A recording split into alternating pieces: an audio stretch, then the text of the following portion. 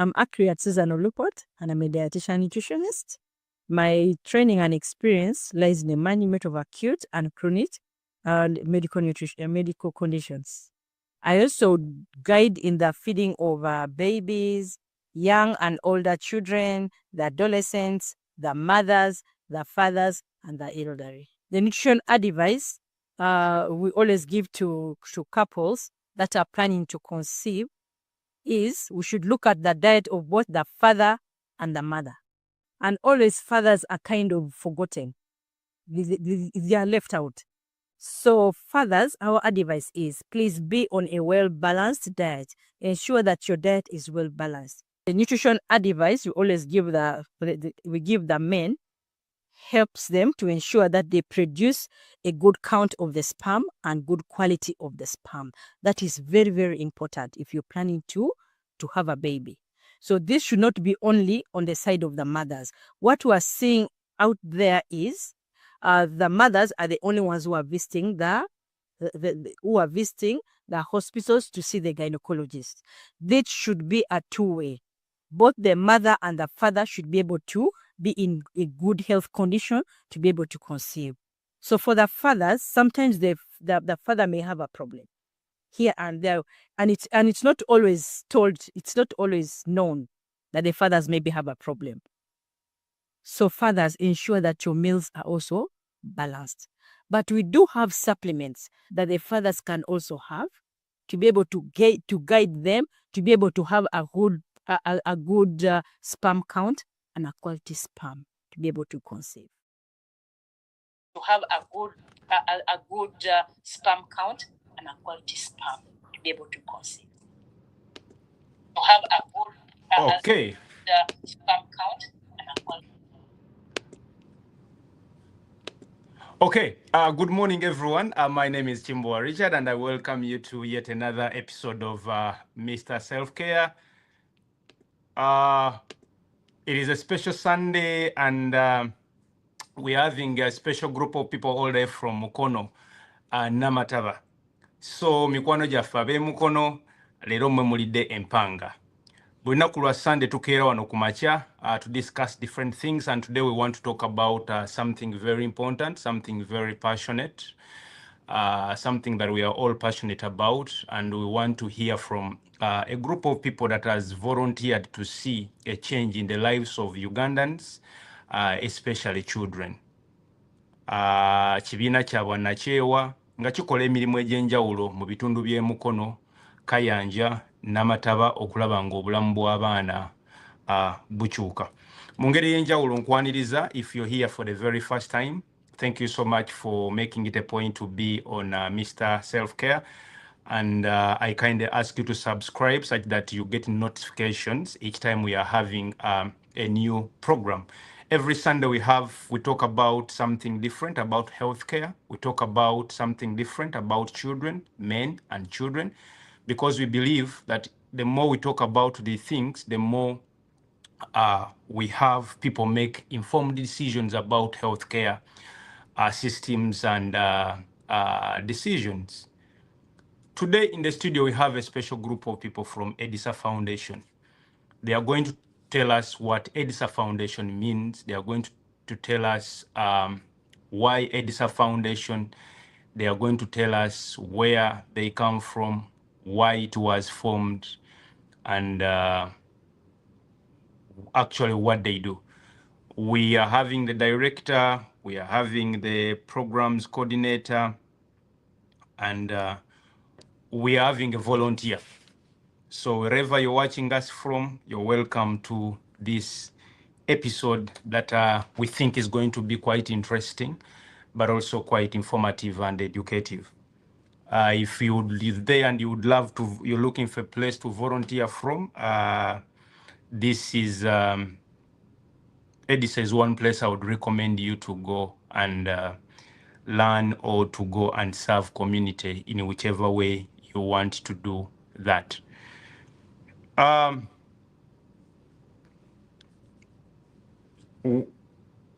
In just a short while, I think they are trying to connect, but in a short while they should be here with us. to connect. Um,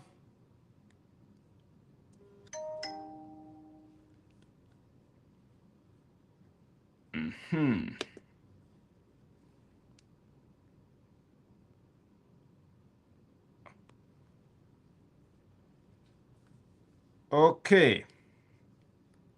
So yonna gy'osinzidde okutulaba twongera kubaaniriza na kubeebaza kubanga mwekuumidde wano in a short while bannaffe aba edisa bagenda kubanga abatwegattako tutuusa okunyolwa oba okusaasira kwaffe eri Dr. Segawa dental surgeon abadde atera okubeera naffe olunaku buli lunaku olw'essande wano olw'okuviibwako muganda we omuto eyamuvuddeko olunaku lwa jjo. Dr. Segawa tunakuwalira wamu naawe Mukama Katonda abagumye abafamire nga muyita mu kaseera akazibu wano.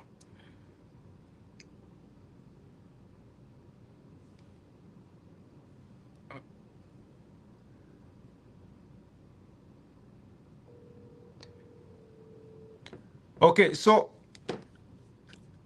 let me connect with the program director as we wait for okay. Wait for okay, Madam Director, can you take us through what is EDSA Foundation and can you take us through what is EDSA Foundation and can I ask you please if there is another phone nearby that is showing this program to have it off? Can I ask you please if there is another phone nearby that is showing this program to have it off? Disconnect all the other nearby. Another phone nearby that is showing. Disconnect any other. Disconnect all the other nearby. Another phone nearby. Disconnect any other. All the other nearby. Okay. Yes, Joel. Talk to us. What is EDSA Foundation and what do you do? Yes, EDSA Foundation was founded last year in 2024. Unfortunately, I can't hear you well. Oh God. Yes, Olivia, can you get me now? Yes. Oh, you're now loud and clear. Thank you so much. Forgive us about the technology. These people are coming all the way from Kayunga, so you can sympathize with us. Oh, take us through a small journey. Why EDSA Foundation and what do you do? Thank you so much for giving us this opportunity to share who we are as EDSA Foundation, how it came about. So EDSA, I came up with EDSA because of a different, there is a story behind it. It was because of my grandmother. So my grandmother pushed me like to start this thing because when she was still alive, you know, she was so compassionate, she was kind, caring, and we used to have like a church back in the village. So kids would come like for Sunday service, and then she would, you know, provide all the necessary items that, you know, would keep the children happy and, you know, not to lack. So when she passed on, it gave me like more energy and more motivation, you know, to come up with EDISA. So here we are. Basing on that, that's why I decided, you know, to come up with EDISA because of my grandmother that Okay. I had towards the community. Okay. So you're literally telling us that the reason you came up with Edisa Foundation is simply because you wanted to carry on your grandmother's legacy. Absolutely. Your grandmother used to cater uh, for people that needed support, and so that's the reason you decided to start Edisa Foundation. When was Edisa Foundation started? Edisa Foundation started in March 2024. Okay. What has been the journey of Edisa Foundation since it was started? Since we started, we have different activities we've been doing as a foundation. We have like services we provide, programs we run, and the target group, we focus on. So, and those programs we deal in education, health, skilling, and nutrition. Okay. So in other words, you're helping children with their education, their health care, and skilling. and skilling. Okay. I was told next to you is a volunteer called Matilda. Hi. Hi, Matilda. How has been the journey at Edisa Foundation so far? First and foremost, I'm a friend, supporter, and volunteer. Yes.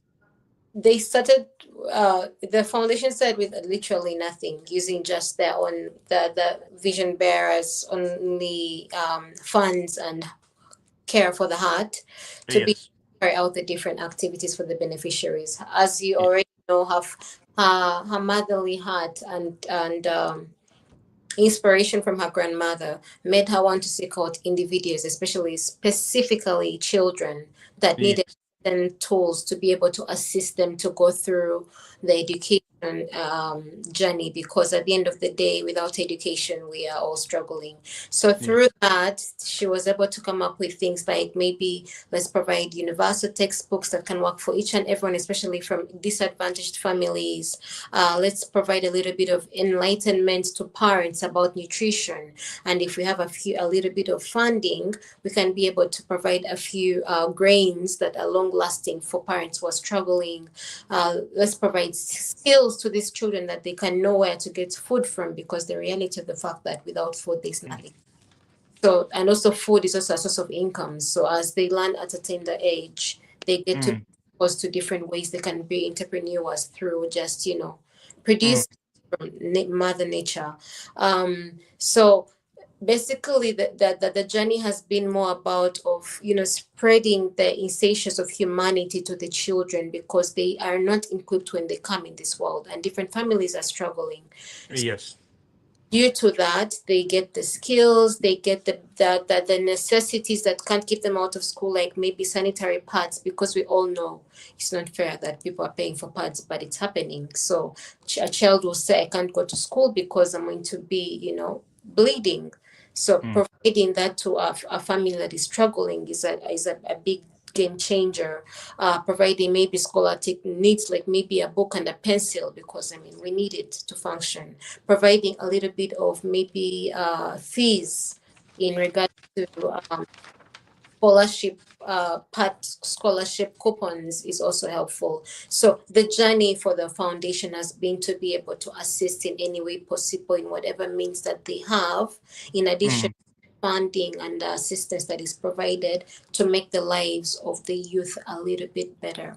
Because when you take care of them right now, amidst all the struggles, tomorrow is better, because we know that it's them that we are nurturing to make the world a better place. Okay, so again, Madam Director, why did you start? You said you started this organization to continue the legacy of the grandmother who was doing that actually before you, to support the children. So does that mean it explained the reason why for its location? First of all, where is Edisa Foundation located, and why? First and foremost, EDSA is by law registered. Yes. We're community-based. We are located in Kayanja Namataba, Mukono district. Yes. And we do a couple of things, like as I told you, that we have different activities that we do on. We carry, like we do offer, and then different programs that we extend to the community. Okay, so let me go to the programs director. Joel, you're welcome. You're welcome, Joe. Thank you so much for hosting us. Yes, I can hear you. And good morning. This time you are very, very, very, very clear. So yes, good morning, Uganda. Uganda is fine, and we are happy to be here to talk about EDISA Foundation. Okay, so what has been the impact and the progress of, because you're the program director, what has been the impact ever since you started working with EDISA, or trying to carry out the vision or the legacy of the director for which EDISA was found? Yes, so far, as far as EDISA is concerned, we have been able to impact 3 schools in Namataba, where we are located. And these 3 schools, we have been able to give them back to school giveaways. For example, we have given them books, we have given them pencils. Can you speak louder? Yes, so far we have impacted 3 schools in Namataba, where we are located, and these 3 schools, they have been able to receive the scholastic materials. They have been able to receive the pads, most especially to the girls. And so far, 63 children have benefited from our foundation since March last year in 2024. And our focus is to see that we are able to continue to help these children from marginalized families. And we hope that in the coming years, we are able even to improve on their livelihood. And, so far, 63 children, they have been able to benefit from us. As a program director, are you happy with the progress so far? Yes, the progress is very good, because we are always going back to check on the schools where we have so far given our back to school giveaways, and children, they are attending school. The information we received in our research showed that the children are not coming to school because they miss pencil, they don't have pencils, they don't have books, and surprisingly, also the schools, they lack the teaching materials, like the textbooks and the Manila papers. All this we have been able to provide depending on their need, and the school work plan, school activities are going on very well with the help of the EDISA Foundation giveaway packages. Okay. That is nice. So it takes me to another thing. So in other words, you're telling us that you're going to communities, you identify needs, because I believe different children have different needs. There are those that need pencils to go to school, while there are families that have the pencils but do not have the books. And other families have the books and pencils, but the girls are lacking sanitary pads. So you're simply fitting in by filling in the gaps that are lacking in the lives of those children. I want to commend you, EDISA, for such a very wonderful job that you're doing. Personally, I come from Mukono. I come from Nkokonjeru. So when I had a group coming from Mukono, I was touched as one, and I felt it is time to promote people that come close to where I come from. So it takes me to another question. How are finances handled in your organization? And let me go back to Madam Director. How do you handle finances? When finances come in, how do you handle them? Do they go to you? Do they go to Joel's account? Do they go to your account? How are finances done, and how do you plan for the breakdown to make sure that actually the money does what it's supposed to do? When could you again? If money comes into EDISA Foundation, how is it done to make sure that it does exactly what it's meant for? Okay. When finances come, like let's say when we get finances, we have a bank account that we use to put our finances. And when we put those finances on the account, of course, we have like a budget of different activities that we are going to be carrying. So we allocate a certain percentage on certain activities that we are going to be carrying on. And make sure there is transparency and accountability of the funds that come in. Okay, so that means when people give in money, you receive it on an account, apportion the money depending on the needs. Do you ever carry out like audit statements and send them to the funders or the people that are giving you these funds? Ever carry out Of course, we do that. We do audit for funders and the beneficiaries as well. Okay, in a snapshot, like what percentage of the donation goes direct into the project that you're doing? Because we've seen, I've hosted or I've been part of panels where funders or donors, whichever little money comes in, like say 100%, and you find that almost 80% of the money is spent in logistics, is the money is spent in like administration. And at the end of that day, the actual project gets like 20%, the 80% goes into administration. Program director wants to drive a new Benz, a director wants to have a new office. And at the end of that day, the children that are supposed to be direct beneficiaries of these funds actually don't receive anything. So in EDISA, what percentage of this is actually apportioned for the project that you're supposed to be doing? In EDISA, we do 80% goes to our programs. Like I told you earlier on that we have education, health. So we do 80% goes to the programs, and then 20% goes to other administrative work, like maybe paying of volunteers, paying the volunteers, and then other members, and then other administrative expenses, as you know, that the organization could be having. Okay, let me speak to Matilda. Matilda. Hi. Share with me one success story that you've heard about EDISA and the beneficiaries that have been in this program. That one family, that one girl, that one boy that you believe Matilda EDISA Foundation did something and their lives became positive. And after that, I'll go to the programs director.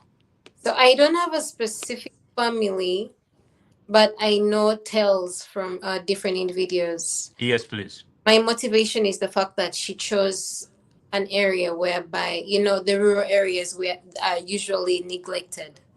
And the fact that she stuck there and didn't go to the urban areas, I'm grateful. So usually the people that I've been able to interact with as per se, while they're carrying out, the programs, they express how banange mbadde simanyiga bagenda kufunira mwana ngatto bino byebyetaaga gattako essomero gattako okulya. So whenever they have that relief of like banange neeyanzisa afunye ebitabo, neeyanzisa afunye textbook zino tewali agenda zigula, tewali sente zaayo.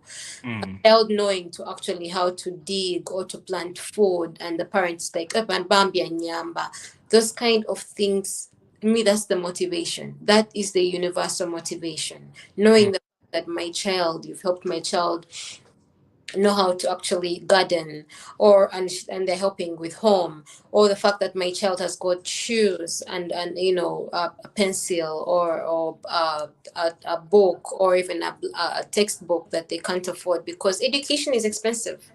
And that is why it's derived from so many people. Not everyone has we gloat as individuals who have had the access to it thanks to our parents or whoever has been able to nurture us, but most people got that. So my biggest actually and satisfaction is when I interact with the families that they actually assist in areas that you wouldn't expect. Nga bw'oyogedde ewaffe eyo mu kyalo ebintu tebitera kutuukayo, balagaana okungulu naye obwewansi tafuna.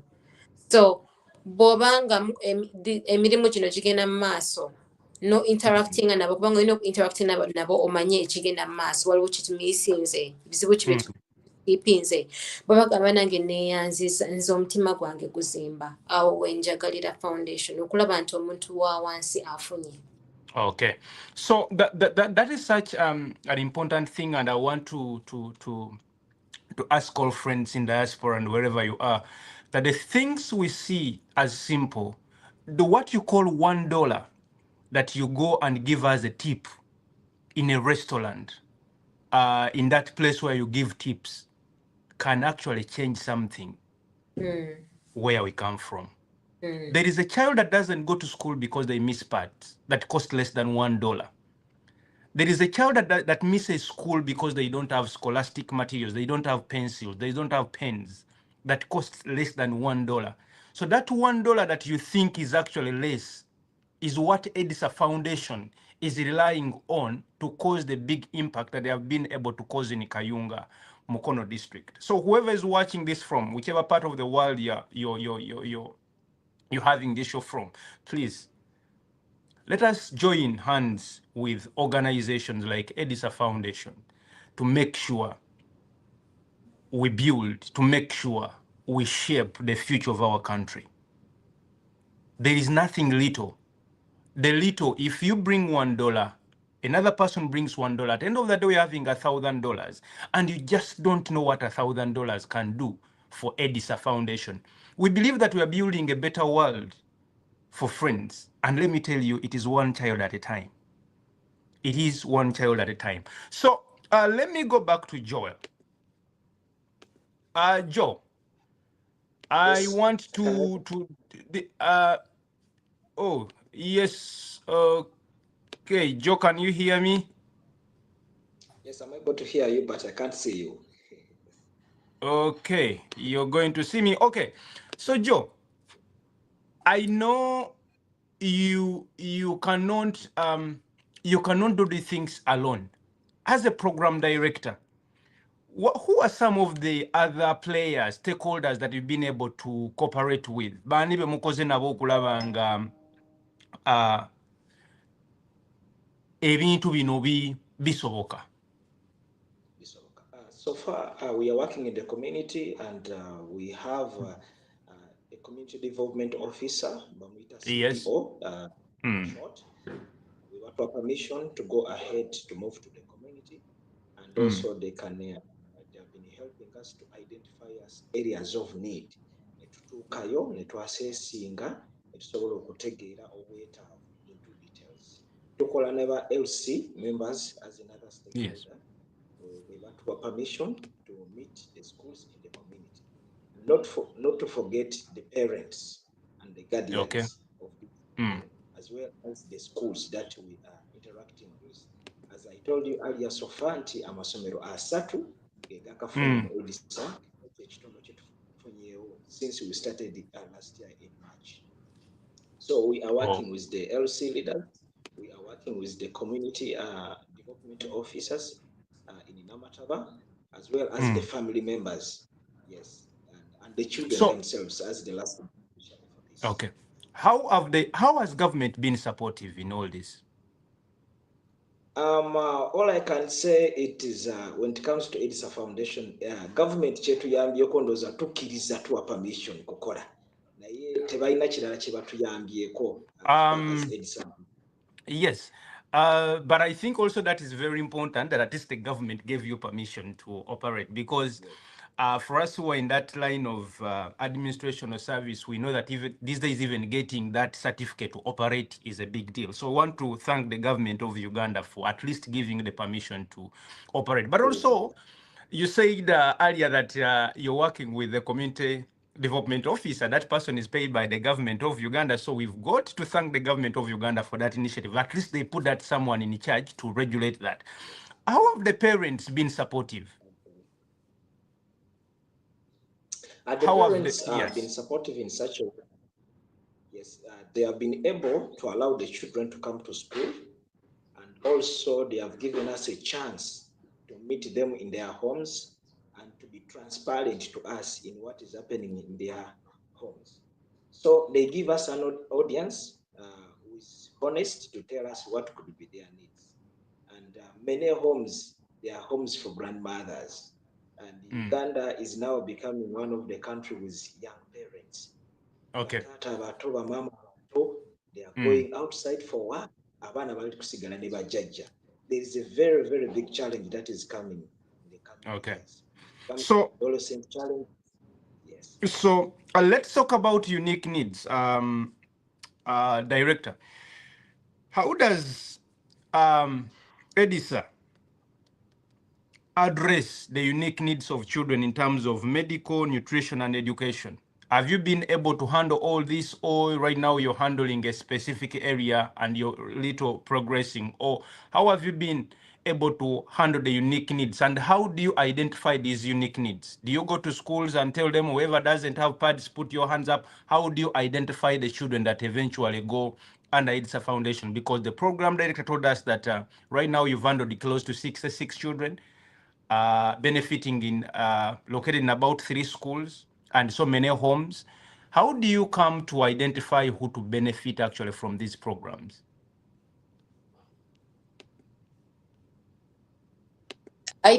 How we identify actually as editor, we look for schools, like those schools really gye tubeera mu kyalo eziri less privileged, ng'olaba like ebyetaago tebalina, it is nga nawulirabira ddala it needs help. So we go to those schools and then we just we don't look for certain people like this is this, but we just look at the school. Kubanga essomero tuyinza okugendayo mu kyalo essomero libeera ng'olaba they really need help nga beetaaga obuyambi. So we tutuukayo, we say this is who we are. Then ne tubuulirako like the teachers, everyone, so ne batuwa permission, and then we are going to distribute. When it comes to education, we distribute like materials that are needed, for class. Let's say books, pencils, pens, and then school uniforms, shoes, and bags. So that is all to do with education. Apparently, there are also, as I told you, that we have a program. We have different programs. So as far as we are working on different things, so for now we are dealing with education as we wait for other activities to come along, because apparently essaawa zino tukwasaganyiza bya ssomero tetunaba Okay. yes. Okay, thank you so much, Director. You've talked about education, and me, when I was reading through your programs and when I was interviewing some of the beneficiaries of your program, many children are happy. And actually, for them, they are happy that they now have people they look up to. That is motivation. Yeah. The biggest problem we have today in the young generation is they have no one to look up to. And so, how have you been able to do those mentorship in the schools? Program director, when you go to those schools, how are you mentoring those children to make sure, number one, because it is one thing to provide scholastic materials to those children, it is another thing to inspire them to stay in school. How have you been able to do that? And We on do. our team, we Yes. have Who, volunteers. We look yes. for professional volunteers. And Yes. if we are into education, we trumpet people outside there with the professional ethics for teaching and education. Tugenda nabo masomero ng'abasomesa abalina background y'okusoma n'abalala abasomyeko abalina ebifo ebirungi mu mirimu ne ba-inspiringa abaana ne baba encouraginga that when you study you can be like me, you can be an accountant.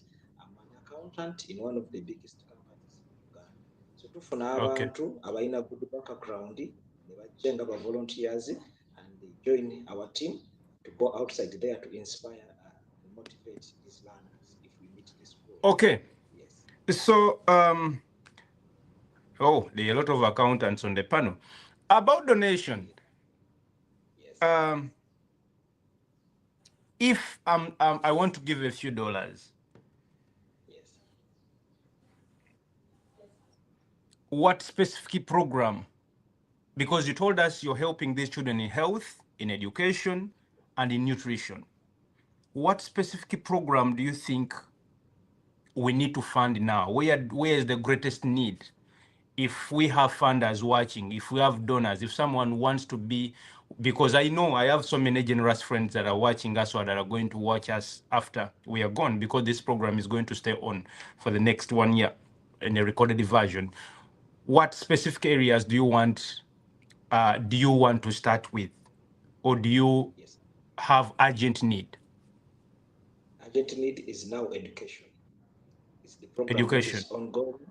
Yes. And the next one that will come on board, it will be health, because a healthy body, a healthy mind. So we are on Okay. education, and the Yes. next it will be. Yes. Yes, director. Where here said education, what exact an education do we need to fund? Because the donors need to be, we need to understand it clearly where our money is going. What area in education do you want to tackle? I may not have the money, but I have the books. What exactly is your urgent need in the field of education? Buildings. As I told you that the schools we deal in, actually, they are for less advantaged. So the buildings really look so bad. So it would be so good if we happen to get like maybe donations. I would look at maybe constructing better schools, for students, because when you look at the schools, they are really not good. So So when you want to build the schools constructing like maybe better classrooms for for students, to have in addition to what we do. So that yes. would be really so good.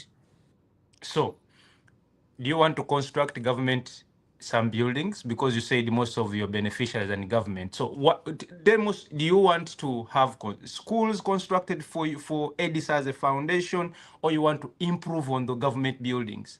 Improve. On the government building. Yes, improve. Okay. So okay. As a program, we promised to buy a few books for EDSA Foundation. I think I'm going to look around uh, in the management, and we see how we give EDSA Foundation some books or some money to buy some books, because at least I personally believe that will be what you need immediate, because I think it may be hard for you to convince government to build it. A building. I've been in an area where we wanted to construct a road, and government said we could not construct a road because we didn't know the plan they had for that. So I think in the same way, it may be hard for you to construct a school, but I think it will maybe easier for you to buy more books, to have more pads, and to have uh, more things. So lastly, on donation, if there is a donor, can a donor choose where they want their money to go? If can I choose if I want to go my money to go on nutrition, on health, on that? Do we have that provision? Yes, by all means, a donor can choose whatever area they want to fund. Okay. On the last, about charity work. Are volunteers welcome? Absolutely. We welcome volunteers to come and, work with us so that we can, make EDISA, so that we can make the children, so that we can achieve what we want to achieve as EDISA Foundation. So we welcome volunteers, to partner with us and, push the work of EDISA forward. Okay. So friends from all over the world, wherever you want to go. I know friends from the US that want to go to Uganda and do some voluntary work. I know churches that have ministries that want to partner with children. Edisa Foundation is one of them. I would kindly ask you to partner with them. Their numbers are just going down. Their contacts are there, their emails. Please write to them in time, and then you'll have your children go volunteer.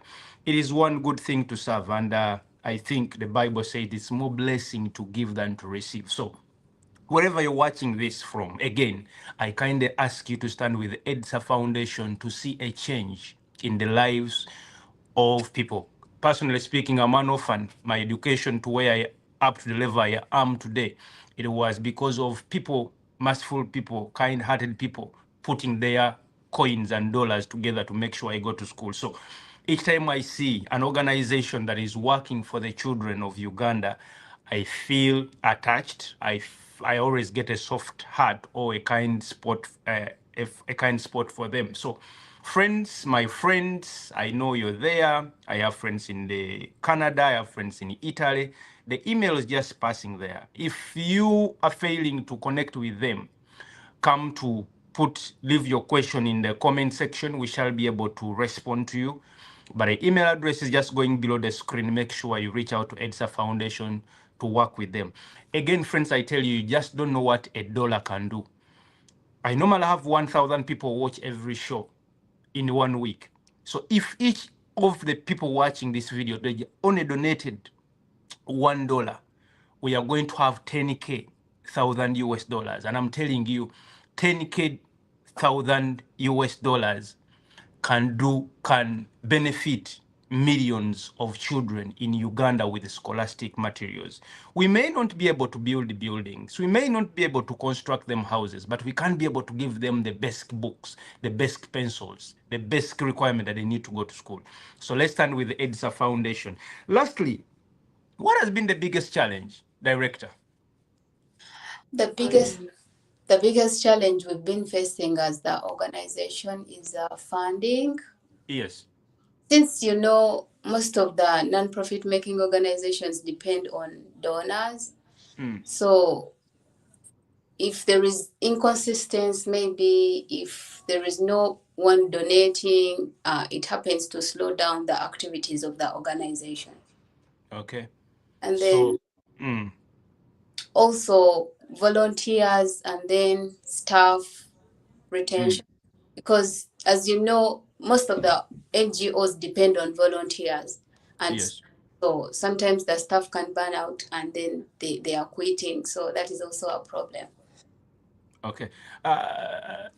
Before I come to Matilda, Joel, you're in the field, you got the field. What has been some of the challenges that you faced? You're the man that goes to those schools, to those parents. What are some of the challenges that personally or faced on behalf of the organization?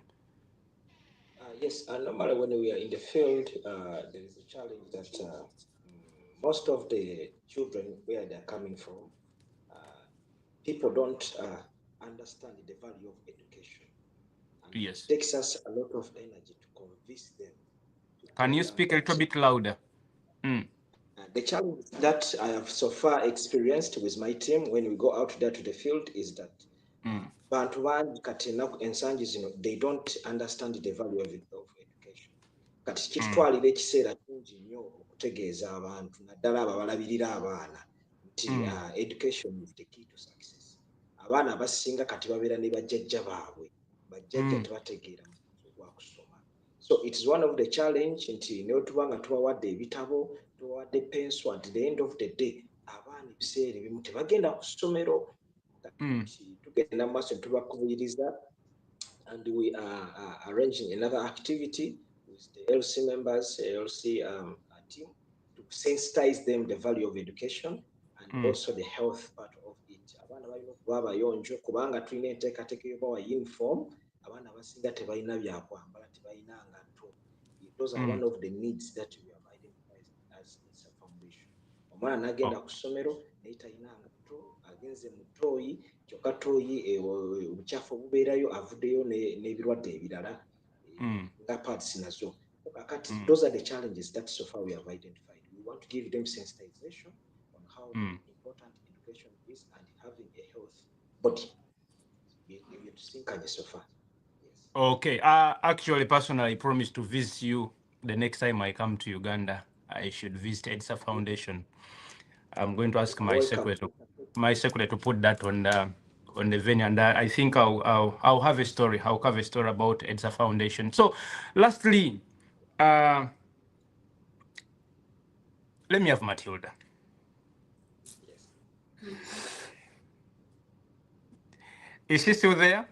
Yes, Matilda. As a volunteer, what's your call for help on behalf of EDSA Foundation to whoever is watching this show? You've been actually telling the story tell. You've been summoning as much as possible. So I don't have anything like a call for help. Okay. Thing is with these individuals that wake up to assist with community raising and doing what people should be doing but they don't do, is the fear of inconsistency, because once you stop, that child needs pads every month, the parents afford all the time.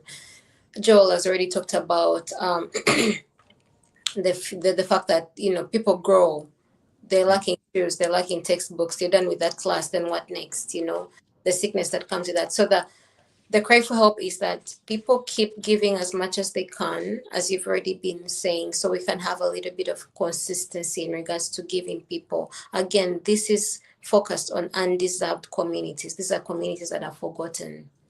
These are communities that are forgotten for certain reasons. It's unjustifiable. But at the end of the day, people like Olivia exist to be able to assist and give the helping hand where society forgets certain people. So the cry for help is providing consistency in regards to funding so we can be able to not leave anyone behind. It's all about humanity. We may be differently privileged, but at the end of the day, consistency in regards to giving a hand is very important so someone can really go forward. Thank you so much. Joel? Yes. What's your call for help as we wind up? Yes, we are calling upon everyone outside there to come, and we appreciate life. Kubanga in Uganda, we believe that these children are the next surgeons, they are the next doctors, they are Yes. the next good leaders. We call upon everyone there. Let us appreciate who we are, because Yes. we can appreciate by giving back to God. How shall we give back to God? By helping those in need, whom He created in His own image. So EDSA tulina passion nti tuli kwebaza Mukama Katonda nga tuddiza communities ezetaaga. So we call upon everyone. $1 counts, $1 values. Okay. Yes. Before I go to the director, I want you to send regards to your family, because normally after the director, I'm not going to, we may not have you. Please send regards to the team you work with, the community of EDSA, and then the people around your area. Thank you so much. Okay, so yes, director, your last remarks. I want you to pour out your heart to the funders there that are watching. How do you want them to help you? To anyone that is watching right now, how do you want them to help EDSA Foundation to help you achieve the mission and the vision and the global good of seeing the children, the lives of the children under your care actually improve? Thank you so much. As you know, we are the arms and the feet, but we are calling upon everyone that is willing, to push us forward.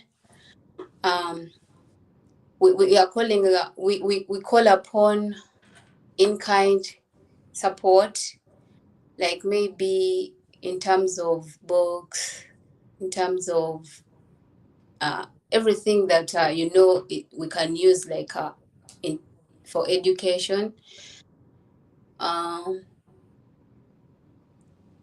Sorry about that. Sorry about that. Welcome everyone, whoever is interested in in helping us and pushing us forward. We shall really appreciate for whatever little they contribute, and we shall be grateful. Okay, so I'll also give you this moment to send your regards to the people watching you, your parents, your family. Use this opportunity to send regards to them, and then we shall close. Oh, I send my greetings to everyone, my family, my friends, the people we are, working together to see that Edisa, grows and becomes something very big. So greetings to everyone. I love them, and I appreciate for everything they do for Edisa. Okay, to everyone that has watched in today, thank you so much. Not the usual episodes that we have.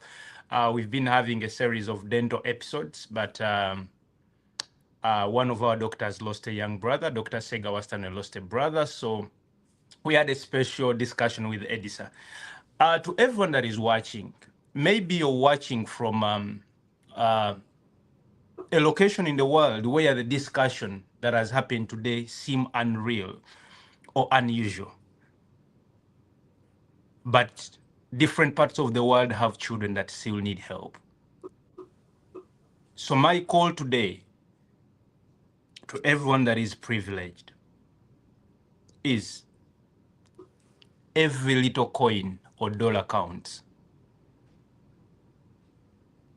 The Bible says it's more blessing to give than to receive. I want to challenge you watching this video today to listen to your heart and be part of the cause to make sure that the children that are coming from the less privileged communities in the world have a tomorrow to live. We may not give 100% of everything that we have, but we can only give the little that we can give. And trust me, we are going to build a strong future. We are going to give hope. We are going to redirect. We are going to motivate. We are going to inspire. But we are going to build a future generation. There is a saying that when a blessed man, when God blesses a good person, all the communities around them benefit. But when God blesses, puts resources in the hands of the greedy, everyone suffer. I believe you're not a greedy person. I believe you're a good person. So we are hoping and believing in you. We are counting on you to come through for Edisa Foundation. Thank you so much for watching this episode. To my lovely family back in Uganda, I wish you the very best. Thank you so much for making sure I turn out to be the kind of person that I am. To all my dear viewers and listeners from any part of the world, thank you so much for always keeping it every Sunday morning. To everyone going through hard times, we pray that God will make life simple for you. And for everyone that is celebrating victory, we celebrate with you.